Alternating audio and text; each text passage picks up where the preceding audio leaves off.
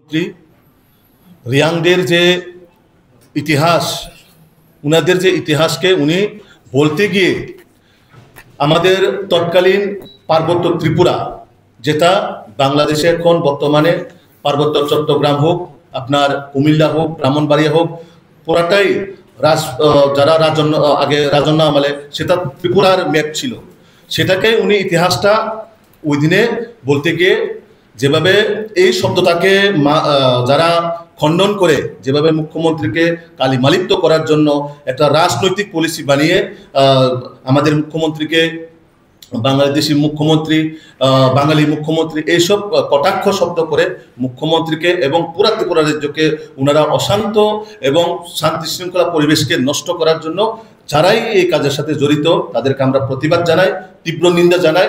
আমি আপনাদের মাধ্যমে ওনাদেরকে অনুরোধ করতে চাই, এইসব অসাংবিধানিক শব্দ প্রয়োগ না করে যেভাবে ত্রিপুরা রাজ্যকে জাতি জনজাতি সকল অংশের আমরা মিলেমিশে এই ত্রিপুরাকে সুন্দরভাবে এক ত্রিপুরা শ্রেষ্ঠ ত্রিপুরা করার জন্য সবারই সহযোগিতার কাম্য আমি করি।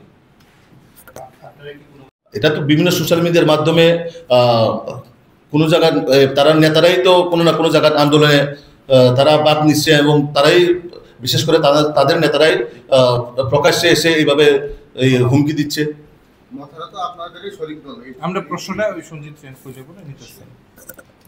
আমাদের দল 100 বার আমরা যুদ্ধধর্ম পালন করে যাচ্ছি, আগামী দিনেও আমরা করব। এই ত্রিপুরা রাজ্যকে উন্নয়ন করার জন্য আমরা সবাই মিলেমিশে কাজ করব, কিন্তু এর মধ্যে আমাদের দেখতে হবে এইভাবে কুমন্তব্য করে ও সাংবিধানিক শব্দ প্রয়োগ করে ত্রিপুরা রাজ্যকে যাতে জাতি জনজাতির যে মিলনের স্থল সেটাকে যেন আমরা কলুষিত না করে। তো তার জন্য ওনারাও বুঝতে লাগবে, আমরাও যুদ্ধধর্ম পালন করে যাচ্ছি, ওনারাও পালন করতে হবে। উনি ওনার ব্যক্তিগত উনি নিজেকে কি মনে করেন উনি নিজেই জানবেন, সে বিষয়ে আমি কোনো কমেন্ট করতে যাব না। মন্ত্রী না রাজা, উনি নিজেই ওনার পরিচয় দিয়েছেন।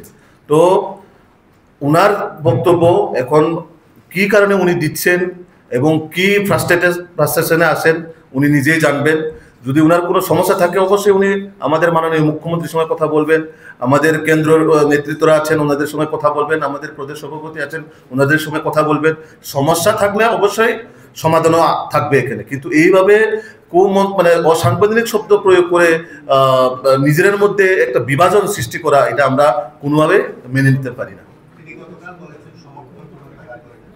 এটা ওনার ব্যক্তিগত বিষয়, উনি কি করবেন কি করবেন না এটাও ওনার ব্যক্তিগত বিষয়, সেটার মধ্যে আমার কোনো কমেন্ট থাকবে না বা আমার নিজস্ব কোনো এখানে কোশ্চেন থাকবে না, মতামত থাকবে না।